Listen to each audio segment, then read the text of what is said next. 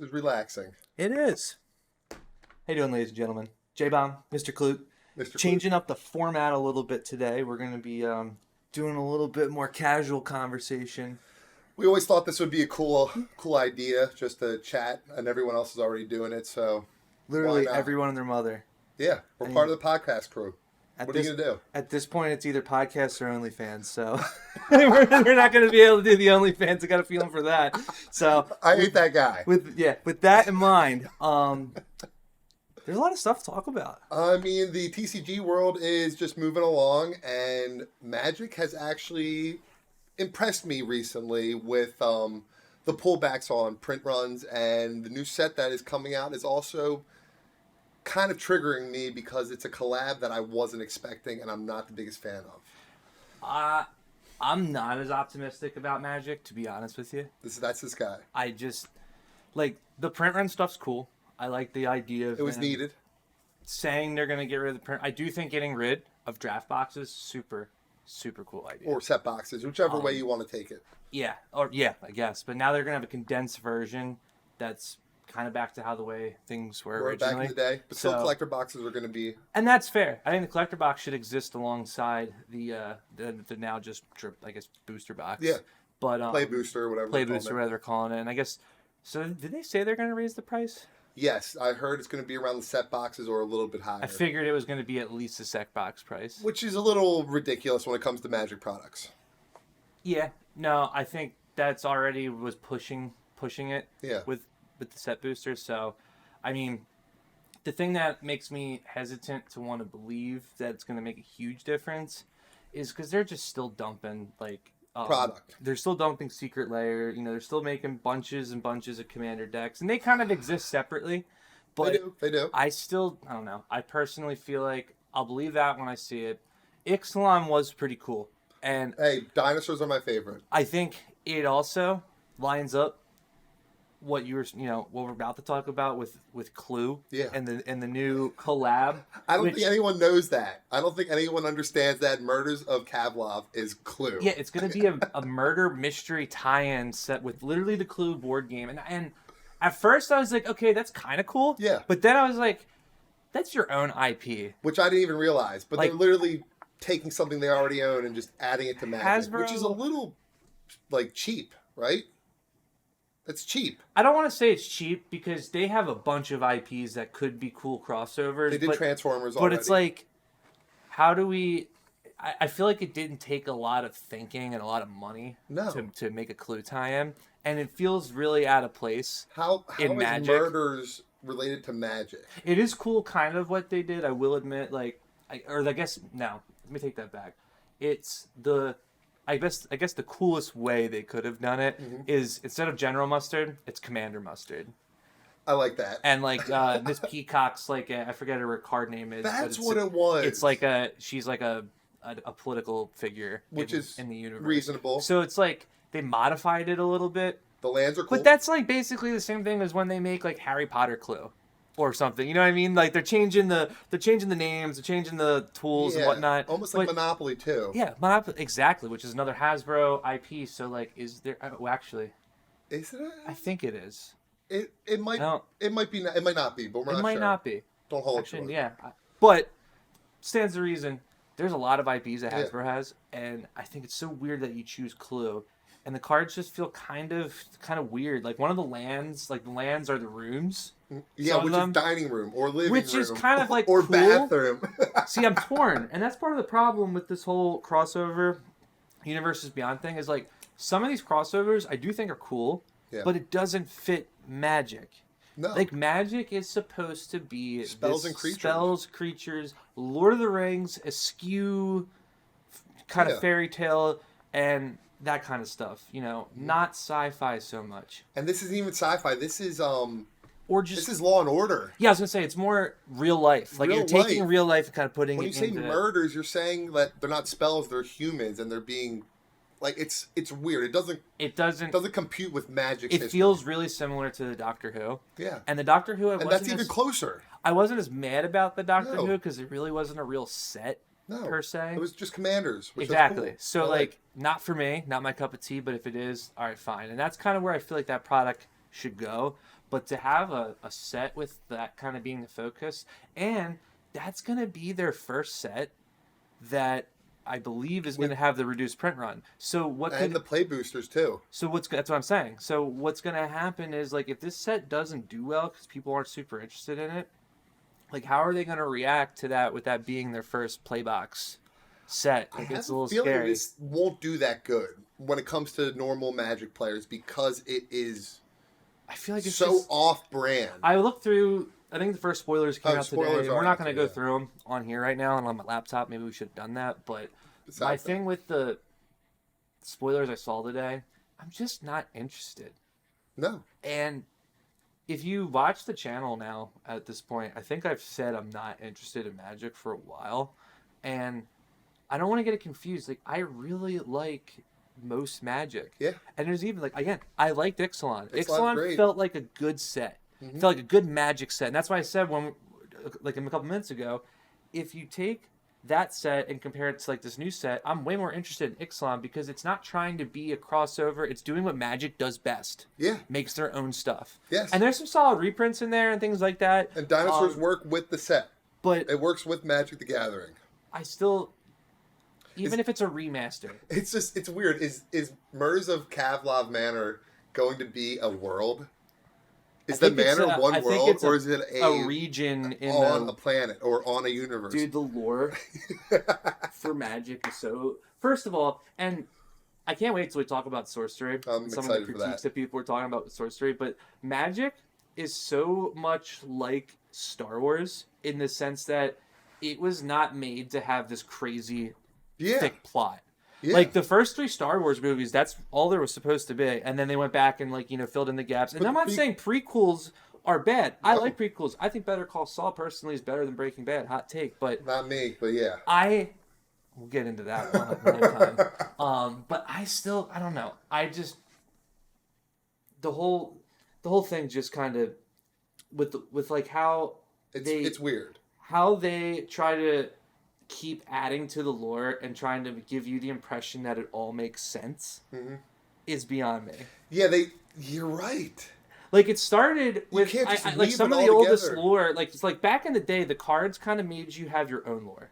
Yeah, you made up the lore on those. Yeah, which is cool. Like whatever your elf cards were, or your creature cards were, whatever they were kind of how you envisioned them. Which is and they loosely guided you. Mostly with the pictures and occasional flavor text. The flavor text. So, like, that was cool because you used your imagination, kind of more, D&D askew. Like, you're making up this fight, you're playing this fight out in your head. Now, it's like, you've got all these crazy heroes, and all of them do have some kind of lore. Like, They do. And it's all built in at some place. It's all built in at some place. And they have their favorite areas. How many times have we been to Ravnica? Dominaria now. Yeah, Dominaria. Like, so... They do have somewhat established lore. Honestly, all 3 of them have come back in the past 3 years. And maybe Murders, there's already some established place that we probably already know where that is, but we just don't know. Yeah, exactly. So, to me, the whole shoehorning in of the lore, I don't have a connection to any of the stuff because I'm just not interested in like what they're depicting. Yeah, it's not. It's not part of it. When you do this Universes Beyond. See, Universes Beyond with like Lord of the Rings. Blood too, but we'll get into that. Lord of the Rings works so good. Lord of the Rings was a brilliant crossover. Best crossover they'll probably ever have. Like Harry Potter would be a dope crossover. Like Van Helsing would be a sweet crossover. Like Call Watsy. Like there's Van Helsing would have been so cool for Innistrad. That stuff exactly. That would have been so and like some of the stuff kind of makes you feel like they were kind of teetering towards that. Yeah. Maybe they just couldn't cut a deal. But I don't know. There's so many good, like, people were like, oh, it would be limited if it wasn't all Universes Beyond. But, like, no. There's definitely some really cool, I mean, you could do, like, American Horror Story. Well, they did Godzilla, and that was phenomenal. Ikoria was the greatest crossover besides Lord of the Rings. Godzilla was the best crossover. Yeah, because it felt natural. Mm-hmm.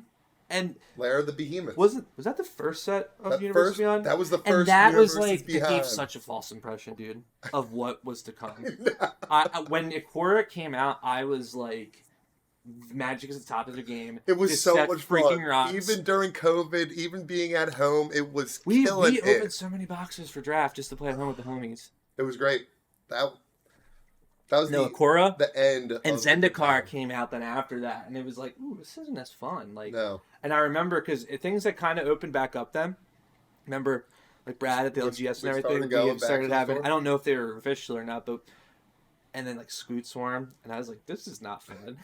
This is not the 5th or 6th time I lost to that kid with Scoot Swarm. I was like, this set is kind of shitty. Scoot Swarm is one of the most OP cards that have come from the most recent set. Looking back, I don't hate Zendikar as much as I did at the time. No, and that's true. And like Rudy says that with all sets and everything. And that to me is pretty much true for all sets, except I don't know. I don't think I'm gonna look back fondly on Innistrad. I don't think I'm gonna look back fondly on Midnight Hunt. Oh no! And like Streets of New Capenna. Not at all. The thing with Streets is it was actually kind of a cool set. It's kind of like this set, and that's why it felt off. It felt so off. It felt like we were more like in the normal world. It had good triumphs, which are very important. Yeah, those were sweet, and they're still good. That set's still like there. There's some value in that set, even though the dollars aren't there, like player value. Yeah. And but it still felt off. The whole Mafia kind of like city vibe just didn't hit with what Magic's designed for. Not at all. And like I love Invincible. I just finished the 4 episodes. Great. Me really too. sad that we can get that later. Get it when we get it. But I don't like the idea of Invincible being mixed with Magic. Oh no. You know what I mean? Or Superman mixed with Magic. Or and Marvel is coming to Magic. I don't know if you heard. Oh god, that's terrifying. Because like the only thing you could even maybe shoehorn into that is like Thor. Honestly, Walking Dead was a better crossover. Walking Dead was it as much as that world could have been a zombie world. I love The Walking Dead more than most people. You do? Yes, you do. But as much as I even like the cards from the Secret Lair, because I bought 2 of them, one to have and one to play, but the cards still felt kind of weird.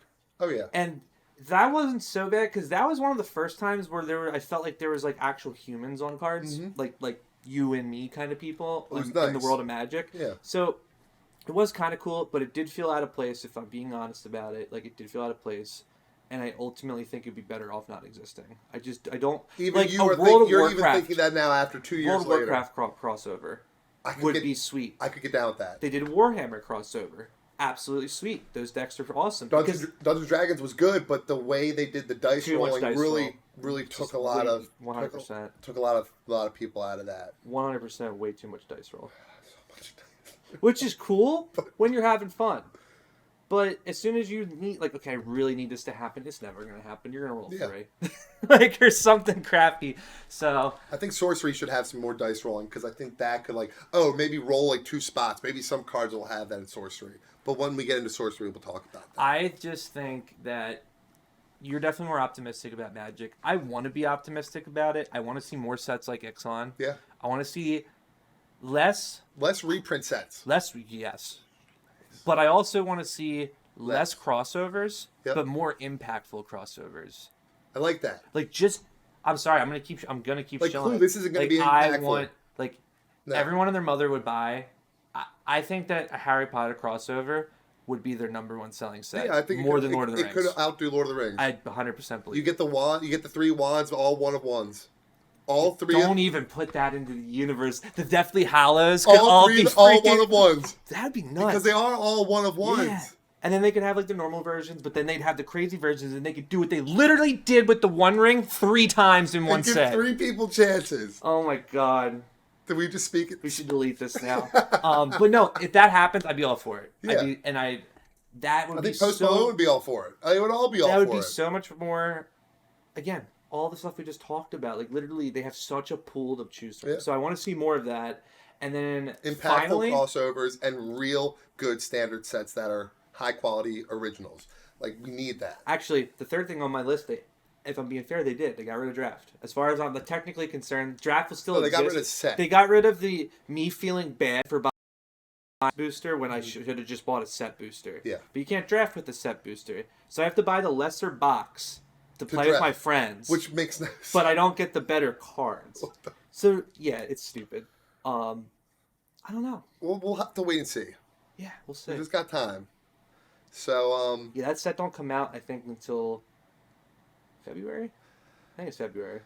It said 45 days from Rudy's video 5 days ago, so it's probably about 40 days away. So I think it's going to come out in January or sometime. And then if I'm being honest, I didn't want to start talking about this at the start of the video, just because I didn't want to make it feel like we're just shilling sorcery. We're not shilling sorcery, but it's great. When Flesh and Blood came out, you were way more excited about it. Oh, it looked like the first new card game that I thought was And it really was. Besides like Force of Will and some other games that kind of like you played Yu-Gi-Oh? Yeah. You played Pokemon. But for me, it was the only 2 card games you played is Yu-Gi-Oh! Magic. Yep. Collected Pokemon. Yep, that was it. That was the trading card. Way to go. The big 3. Yeah. So you come to me and you're like, yo, Flesh and Blood's looking crazy. You know, Rudy's starting to talk about it. Like, I really think we should get in on this. And I'm just like, dude, it's going to fail. We're in COVID. Like, there's no shot here. It was some dirty times. I remember watching it and immediately being somewhat interested in it. But I was still skeptical. And then you got the cards. Or actually, I got those starter decks. You got the starter decks. Somehow I got like the Iris starter deck, and I got the... you bought them. They were the original, like the alpha starter decks. I know. I can't believe like they ripped those open and like...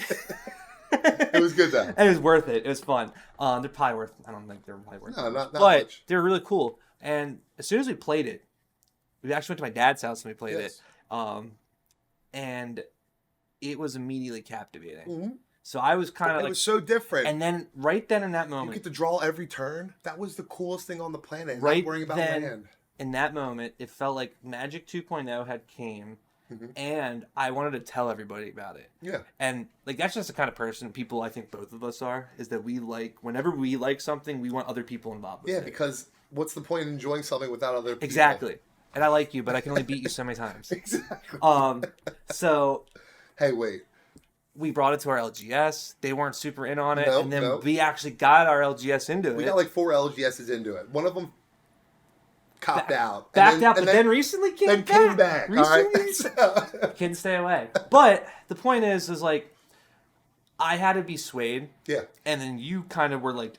I was in there. I'm going to admit it. Like, you saw the future. I saw the future. You saw the future. And it's still considered the big 4, I would say now. I would say it's almost there. I'd say it's close. I'd say it's another year, another like 2 or 3 years of performing well, because you really got to think how long those games have been in play. Oh yeah. Like, I mean, 100%. So there's some growing that I still think the game needs to do. Be done. Yeah, of course. But it did it, and it didn't get kicked out by Magic or Yu-Gi-Oh or Pokemon. It's a unique version. And that's what I'm going to get to, because it doesn't. See, originally I was like, this is going to kill Magic, but then here's the thing, though, it doesn't affect Magic in any way, because Magic's not competitive. No, not really. At least not on a professional level. Like, yes, I know there's large tournaments, there's modern tournaments, things like that. You can definitely make some money playing Magic, but there's not. It's more the kitchen table vibe. Yeah, which I love.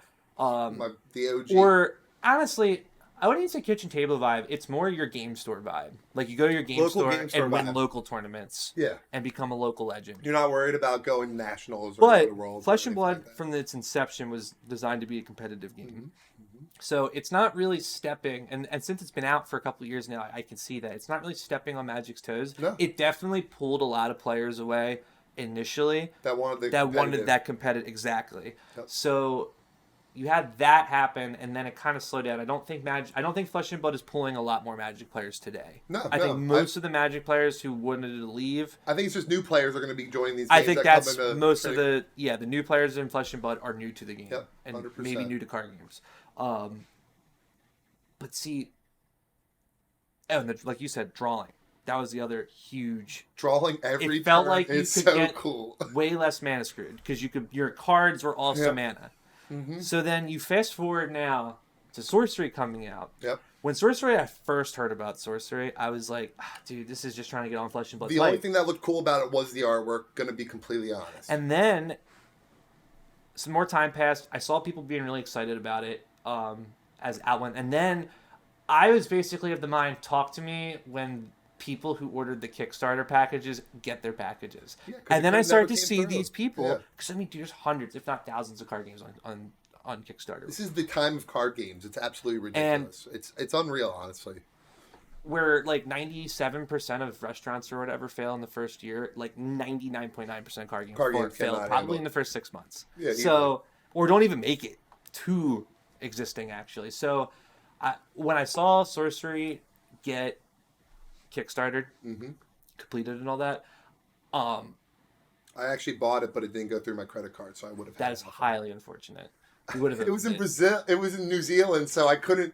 They wouldn't accept my card. It yeah, I actually heard it's... other people had that problem too. So I was like, and they actually put a thing out about like if you did that, you should have responded. You just didn't miss the email because I think they did something where they like reached out to everyone who got declined. Oh, yeah, they did. And they said something. Yeah, and they gave you an opportunity to redo your order. But anyway, so when that came out, I saw that, started seeing people play the game. I was like, all right, this looks super interesting. Yeah. It's got this board, and I was more into it than you were. No, yeah, I was into the artwork. He was more into like, oh, this could be cool gameplay type deal. And when we actually played it, the first time I played it was with fiance. So the rules took a little bit to understand. Definitely, I think any card game. Well, there's not a lot of rules actually out there yet. That's the problem. The board game, any board game you play.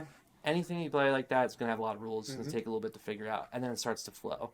And it immediately, the fact that you have 2 decks and you start the game drawing from each, you guarantees you're not mana screwed. It's super cool. And then, as the game progresses, I can choose if I want a land or site, a land or a creature, or spell, card. Or, spell or site card.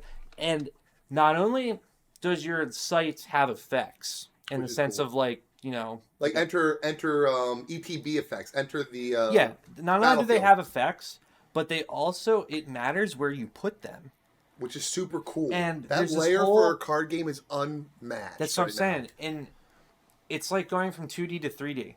Like with Magic being like you're just fighting each other on this plane. One-on-one, whose line's bigger? It doesn't matter where the cards are placed on the battlefield as long as you have more cards than the other person. Exactly. It don't matter. It means nothing. It's just. If I swing with all these and you block with all yours, like who is still left standing? Exactly. And with Sorcery, there's this level of chess going on, which is insane. Where do I play more defensively out the gate, kind of try and trap them? Do I try to play aggressively, get across the board right away? Like how there's so much little bit more nuances that go in there. And now, to be fair, some people reading online were saying how like I feel like I have to make a bunch of micro decisions that can screw me later down the game. Which is like any other card game, though. And that's my exact point. That's literally any game ever. That's chess. The thing about the micro decisions, you actually have control over those micro decisions now. Instead of in Magic, you probably didn't have as much control because the other player could destroy all your creatures next turn. Or something like that. The other day when we were talking, and I said to you, in my opinion, card games are on a mission. The inner workings of a card game are ideally to reduce the RNG as much as possible, but still have while it in still there. Keeping the element of like it's just not the same every time. Yeah, because like if you just drew the same cards every time, it was the same. It would get repetitive and boring really quickly. It'd be like a video game almost. You still have to have all these different strategies throughout. All the different combinations you can have, but all of the crappy things. Like, getting mana screwed is the worst feeling in the world. Yeah, getting mana flooded is the worst feeling in the world. Yeah. Getting all 7-drop or 5-drop monsters is the worst feeling in the world. Or getting, like, nothing but, like, spell cards. Worst feeling in the world. Yes, when you have a competitive deck, you craft it, you have multiples, you have the max less chance of that happening. And you have less chance of that happening or being able to work with something, but it still happens. And I think that's just inherently... And it's not a criticism toward Magic. Magic's been around since 1994. 93. They've invented card games. From Pennsylvania, by the way. Yeah. A little known fact. We're from PA. As far as I'm concerned, it's not like a critique of Magic, but it's a consequence of it being old. Yeah. And dated. They can't change that without changing the fundamental rules of the game, so they can't do that. Flesh and Blood comes around, and that's why I originally said it felt like Magic 2.0 because it fixes that mana problem. Fixes the mana problem. It fixes the drawing problem almost. There's still a little bit of frustration there. You can still get screwed. No board building, which they're coming to now. You know what I mean?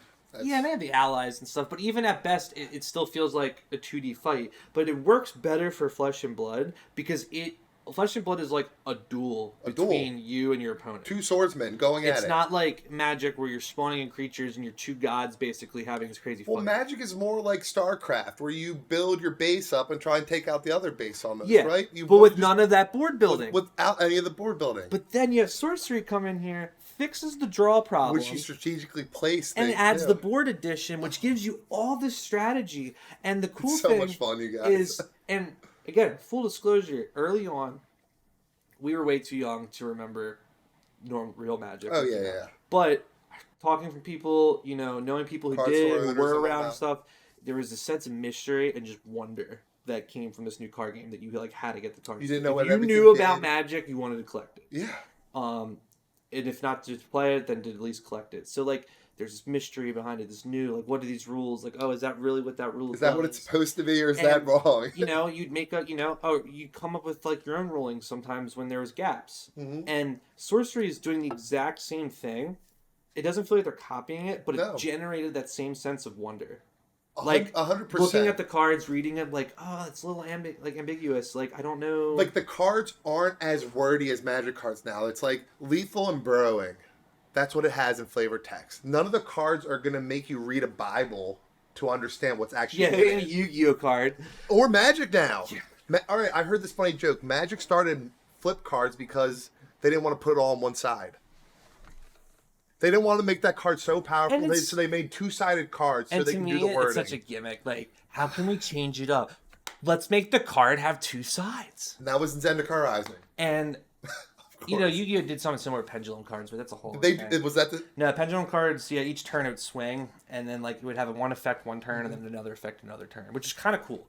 But, getting at Sorcery, the fact that there's this mystery right now with it, really gives you this sense of wonder, and it's exciting. And as much as I liked Flesh and Blood didn't really have that. No. Because it was so competitive from the gate. It was okay, this is what I'm supposed to be doing. I gotta maximize this right away. The way it's the way the game is. It's basically crazy. I don't want to say try hard because that's kind of an insult, and I guess maybe, but Flesh and Blood is for people who are competitive. Yeah, if you want to play competitive card games, this is the game. And don't get me wrong, if you're a card game player, a little bit of you wants to play competitive cards. Yeah, and no matter. And Flesh and Blood does that. No one likes losing. And people were like, "Oh, Sorcery, they're not competitive. They don't have tournament structure. They don't have any of this. What's the point?" I'm like, well, Magic didn't have a tournament structure. I think for almost a decade. Yeah. Until after it came out. It probably wasn't until the early 2000s that there was the Pro Tour. I might be wrong on that. Fact check me. Pro Tour, maybe even 2001 or something. But Magic was out for a while before that happened, and the game was not designed to be competitive. It was for fun. It was for fun. A game. D&D with your friends, but with cards, basically. It was actually meant to be played in between D&D games. Yeah. That was the whole point it was quick. It used to be quick back in the day, 15, 25-minute rounds. And Sorcery has that feel. And Sorcery games are a little longer. But the thing is if you were to do a competitive Sorcery game, I feel like it'd be quick. I think it would be quicker in the sense that I think you could play one game. Because since you don't get mana screwed, and in my opinion, if you draw bad cards and you can't make any moves by the first couple turns, then you have a bad deck. Yeah. You don't have a deck that synergizes. Mm-hmm. So if you made the correct deck, you can't get mana screwed. And the game is more of this chess experience where it's not about just the cards you get. You could get worse cards and outplay your opponent. Oh yeah. You can't do that in Magic. No. Or you have to hope for the next draw. Or hope they make a mistake. Or hope, and that just feels cheesy. You're right. You didn't tap. You didn't untap. You don't have to worry about that as much. No, you still have to untap. There is. Yeah, but worry about and Sorcery really. Now to me feels like Magic 2.0. Mm-hmm. I feel like Magic should not be concerned about Flesh and Blood. No, not at all. I think they should be worried about Sorcery. The way that Sorcery is played and how artifacts react to the game state is so cool. That boulder, how it stays in the game, or at least that's how we play it. For just a quick example, the board is 5x4. 5x4, yeah. 5x4. So you get a site down and you have a creature on the site. You have an artifact or a relic in Sorcery's terms, and it's a boulder. You put the boulder on the site with the creature.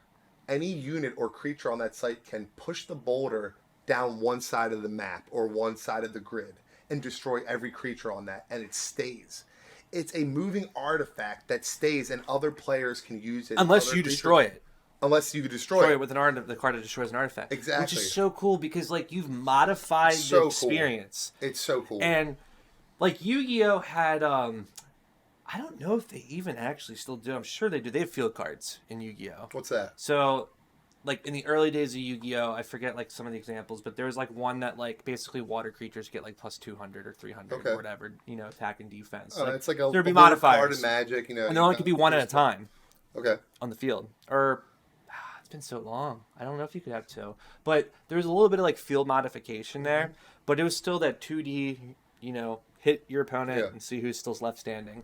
And I mean, some of the sites like the Mountain Pass, like if you have a minion on Mountain Pass in Sorcery, other minions can't enter from the ground, and that's the other crazy thing. There's a whole like underground, like underwater. No, in Sorcery. Oh, and in Sorcery, it's coolest. Like the underground in Sorcery, like the fact that there's like a subterranean. Oh, there's super cool. There's above ground, below ground, and in between almost, and 2 different below grounds. When you read it, it's so cool. When you read all of this, or you're listening to what I'm saying right now, it might sound complicated, but I seriously feel like when you're like playing after you taught me, I knew what to do right after. It felt so intuitive. It's super intuitive. And like Jill knows Magic. She's played Flesh and Blood. She doesn't really love Flesh and Blood, but she immediately was like, "Can we play more Sorcery?" And to me, like, she picked it up quickly. Mm-hmm. And yes, there was a technical snafu. You're not crazy. My legs are crossed now. The camera may have moved a little bit, but we did our best to recover from that. But anyway, I don't know. Playing a couple games with her and not knowing anything about the game and picking it up that quick, I felt way less overwhelmed. Like, I did feel kind of overwhelmed when I was reading, like, all the stuff. I was scared when you first showed me what to do. I didn't know how to play the cards and which way cards went and were directed on the grid and how that all worked out. That was very, very weird. But then you said, tap it, and then you move adjacent. And then once you figure that out... once you see the movement... It's a lot easier. And then you just start seeing the moves you can make in a couple games. The moves are so good. And... The reason why it's like chess is you have an avatar, which is kind of like your king. And the way to win is to... basically checkmate him. Checkmate the king, where he can't do anything. Which is another layer to the game that's on top of the grid. In case anyone watching at this point or listening at this point, so if you aren't familiar with how Sorcery ends, the way Sorcery ends is that you have 20 life. You get down to 0. So if I hit Kluk for Fatal and he goes down to 0, he doesn't actually lose that turn. He can't take any more damage for that turn, and then you go into a state called On Death's Door. And so for the rest of that turn, you can't take any more damage. It kind of gives you like this Hail Mary. It's like you're invincible or indestructible for the rest of the turn. Yeah, that's exactly what it is. So then, you can't gain life after that. No. And any damage you take. Which I like, though. I like the non-gaining life. You're stuck there. You're in purgatory right now. There's no spells that help. And then any damage you take ends the game. Done. So it gives you the silver lining of like a crazy move, which I guarantee you a bunch of games are going to come down to. I mean, we've already had a couple close games. So, and it's just exciting. Super fun. It's super fun. And it's new. It has like these new layers, but then it also, and I don't want to... It's not shameless. I don't think it's shameless. Some of it is definitely cheeky. Oh, yeah. I think that they're playfully taking jabs at WotC and Wizard. With a couple of the cards. Crusade. Like, Crusade is a card in Sorcery, and Jihad is a card in Sorcery, and you're not allowed to say or basically acknowledge those cards anymore because they're banned, canceled, and evil. And they're not even for sale on Sorcery. Yeah, you can't... No, they're not even sale for Magic on eBay.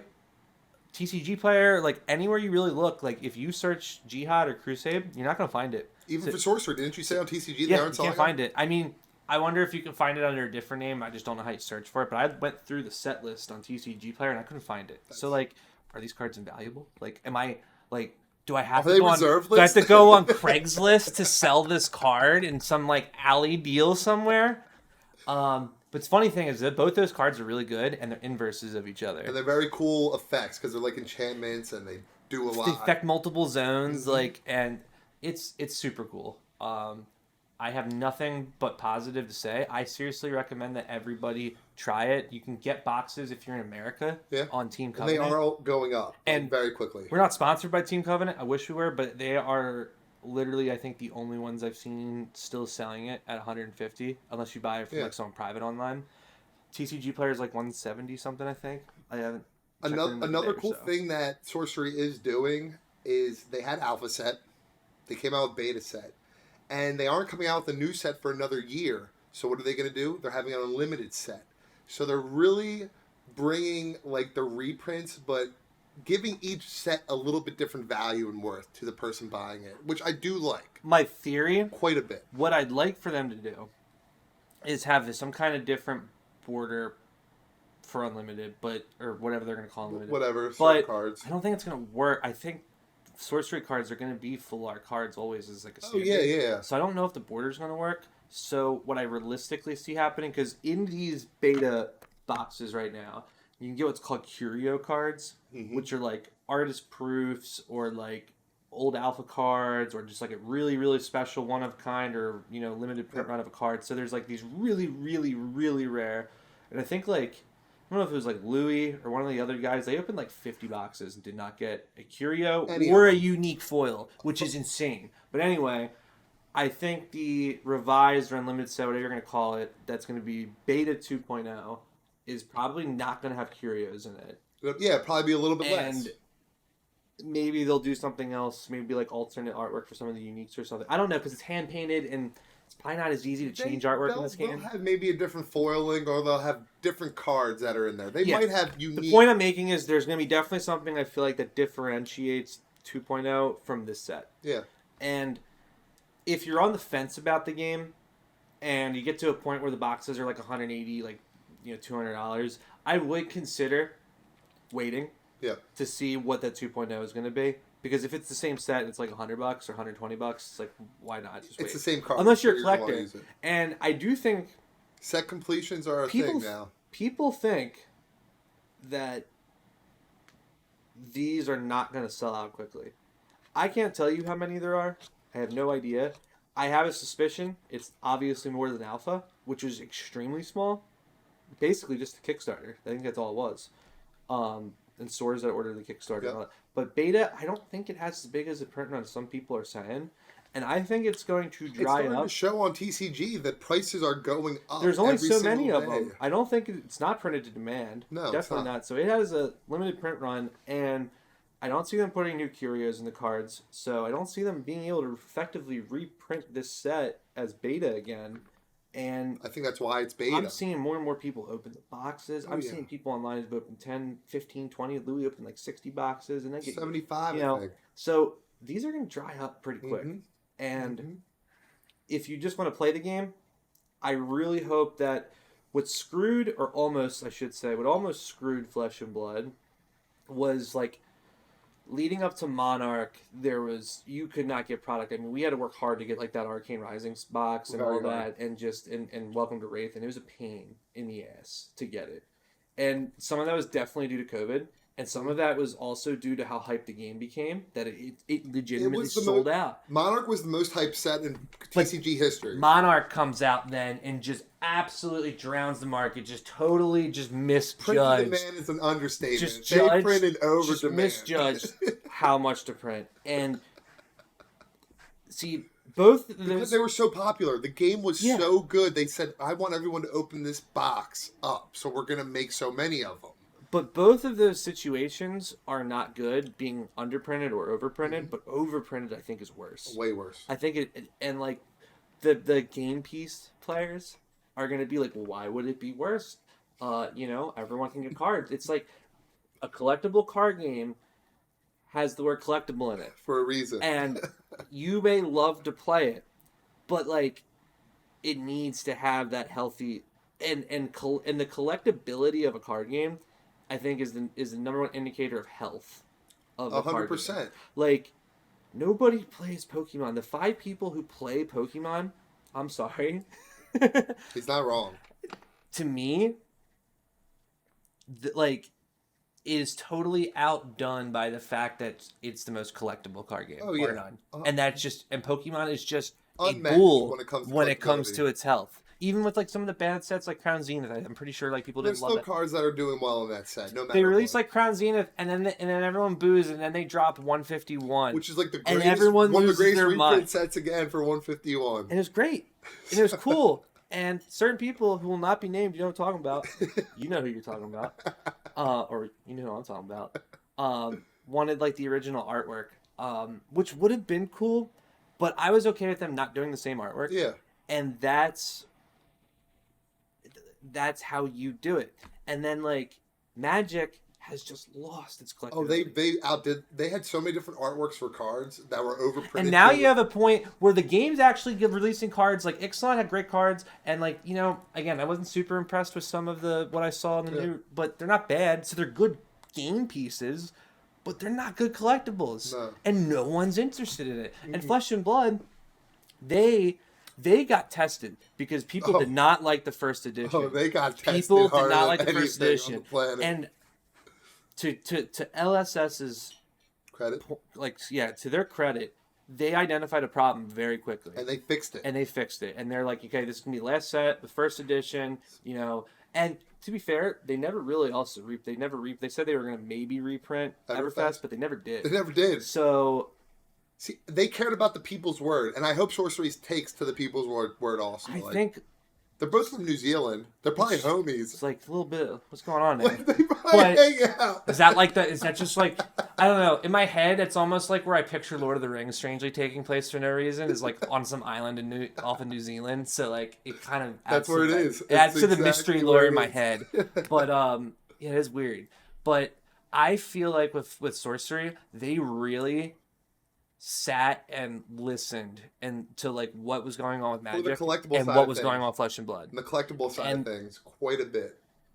Everything about it. I mean, again, I feel like I'm just shilling it, but I can't help it. The box, for God's sake, it has like the security label on it. Show them the separation. You can't really even do it, but it's got 3 lanes. Like they actually spent the extra nickel per 1,000 boxes to put these little separators in between, and they're pretty good. Now, it looks great. The only downside, again, in the print run, people are noticing it, especially when they're going to grade it. Some of the foils, they have scratches in them, which is not a packaging problem. You get a little bit of dust or any particle on a roller, and they're not the best printing yet. They just started, so it's not. I wonder who they're printing from, because like I don't know. My head, it's always like Cart Mundi. Yeah. But, there are other ones. They could go to Japan, but I doubt they went to Japan. But they're close to Japan, so maybe they did. They're New Zealand. As nice as these are, they're not Japanese. No. Now, when you hold one of those Japanese Magic cards, like, you feel it. It's just a better card. The packaging's better. Yeah, it's just the packaging felt like that quality. But, and there's this thing on the bottom. I can't flip it over because the box is open. I don't even think I told you about this. There's this little QR code that you can scan, and it tells you the authenticity of the box. No. Yeah, and I'm just like, yeah, Jill and I saw it when we were opening that other box. Like, I was flipping it over to show her just like how nice the box looked, ironically. What's this? Look at this box. Look how nice it is. And then I was like, wait, what's this QR code? It's like, check your authenticity. I'm like, that is freaking sweet. And so that's what I mean. So many that's little... looking into the future. And that's looking 20 years in the future to make sure this is a real box. That's a tiny detail. That's a tiny minute detail. I didn't even and that would only come from really diving into the other card games. Oh yeah, they played all of them. Thinking about down the line. And I just feel that. And I feel like I've gone through, there's like 540 cards in this set, and I've gone through that's a lot. A huge chunk of them. Yeah, because they're only going to release once a year, which is kind of crazy. I don't know how I feel about that. But when I was going through it, the cards seem very carefully considered. And not any of them seem terribly like broken. Like I'm sure someone's gonna find some loop or something, and they'll have to do something. But it's a new card game, so we don't really know what's considered broken or not because we haven't played enough. There's definitely stuff that feels like really super powerful, but if you're playing against a competitive, we'll never know what's broken until we get to the competitive side of things. So it's a full circle. That's how it works. So. But, yeah, the only thing that concerns me about Sorcery... the printing. ...is the year release schedule. Mm-hmm. Now, so, if you want my honest opinion, that is the second time we've messed up and we had to cut this out again. So, shout out to our horrible gimbal who decides to flip up randomly. Or my phone that died the second time. I guess I can't blame that one on the gimbal. Blame the second one on my first time, you guys. It's our first time. And gals, we're trying over here. If Rudy has 3% ladies, we must have like 0.008% ladies. 0.69. 0.69. Anyway, if you want my honest opinion, I think that they're not going to commit to the 1 year release schedule. Yeah. It's just too long. The way our world is now with technology and just social media, you need to have new things coming, or they'll just go on to the next TCG game. I mean, Magic did it a little bit over the top, but still, I think there's a lot to say about that. There's a lot to talk about right now. Yeah. But if this is the only thing for a year, not going to be a whole lot to talk about. So when did this actually come out? Do we know? It's like 3-4 months ago. So we have another 8 months until a new set. I think they're going to release Unlimited before. Yeah, within the year still, I would obviously. Say within the next 3 months, I think they should do that. I think that I'd be happy to see them go back on their decision to say a year. I think that was something that was much easier to say. Yeah. Before they saw the success of the game. Oh, just like Flesh and Blood before. Because everything. Again, if you're a business, you're trying to make money. So I mean, you're always trying to make money. Unless you're with more money, you can make better card game. I mean, if it comes down to as simple as that. I don't think that they should do what Magic does, and based on what I've seen so far, in terms of what they've been clearly watching and listening the other card games go through, and listening to Rudy for sure. Has to at least come up on someone at the place. Anyway, I think that they're gonna see that printing too much is bad, printing too little is bad. And I'd like to see a 6-month release schedule and see how that works. Because if you have a 540 card set, a seasonal winter summer would be kind of nice. That would be perfect.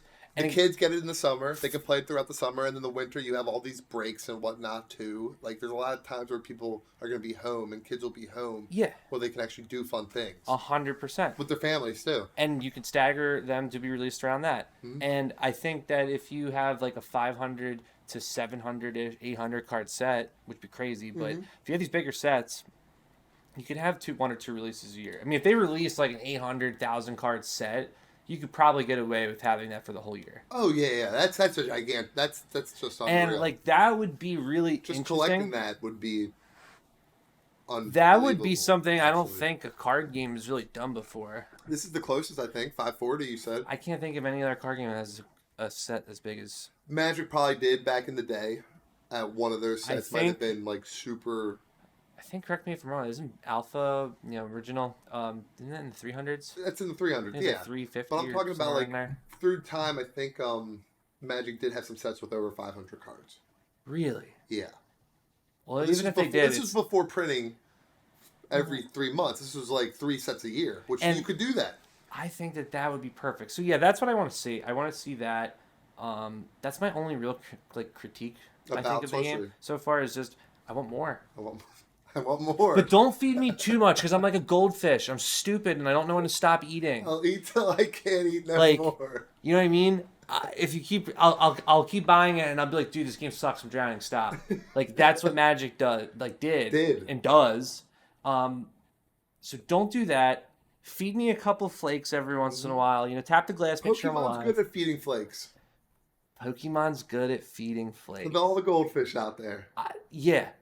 Because why do we call them whales? We call them goldfish because they just keep eating it up. They do. They really do. That's the new coin. We coined goldfish. Yeah, that's a goldfish. Mm-hmm. You just someone who just opens their wallet every month, complains, I hate Ixalan. I take 12. This murder set. I'm going to complain. We're going to buy it. And then we'll open it. Be like, oh, these cards are cool, but we're worthless. And then complain. We're worthless, but we're still going to buy it. I don't know. If I get a platinum, rainbow, tricolored, commander mustard with etched foil, written in alien literature with the lead card, pipe. With the lead pipe card, then in the collector box, and it's worth $50. Then I'll be. That just sounds so ridiculous. It sounds like we're in modern time. When this new set sounds like modern time, it sounds like I'm going into my kitchen to go get a knife, or I'm going to get a fork. Or I go into the garage and get a lead pipe. What is that? Where's the staff of Screaming Souls? Or is you know what I mean? Kavlov's on Earth? What? Is Manners of Kavlov on Earth? I don't even know. Is Earth now incorporated with Magic the Gathering? I was going to say, was Earth ever really a Magic? No one knows. No, it wasn't. But that's why I want to know. If it was, let us know. We could go on forever. don't know how to end a podcast because this is our first one. I had fun. It was a great time. I thought it was casual. Yeah, it was cool. It was cool just talking about it. We'll be talking about more things, not just card games, video games, movies. GTA 6. I'm not going to talk about it just because there's so many damn people talking about it right now. It looks cool, though. Looks sweet. But after doing this podcast, it just reaffirms that I'm really into Sorcery. Yeah. And I want to talk about it more. I can't wait to see what new cards they come out with for the grid. So. Are they going to have a black hole that sucks in cards? Tell us if you guys have gotten Sorcery, if you're liking Sorcery, what are your thoughts on it, and tell us what you guys think about Magic. I mean, are you excited for the Clue? Are you excited for Clue? Are we the oddballs out? Do we not get it? Are we old? Why is that a thing? maybe I don't know. Maybe if you're 14, you're like, yes, Clue. I doubt it. I would have liked the Monopoly crossover. The Monopoly Man, the thimble. I would have been so much more cool with that. Yo, we're gonna end it on Boardwalk being a freaking land. See you guys. Like and subscribe.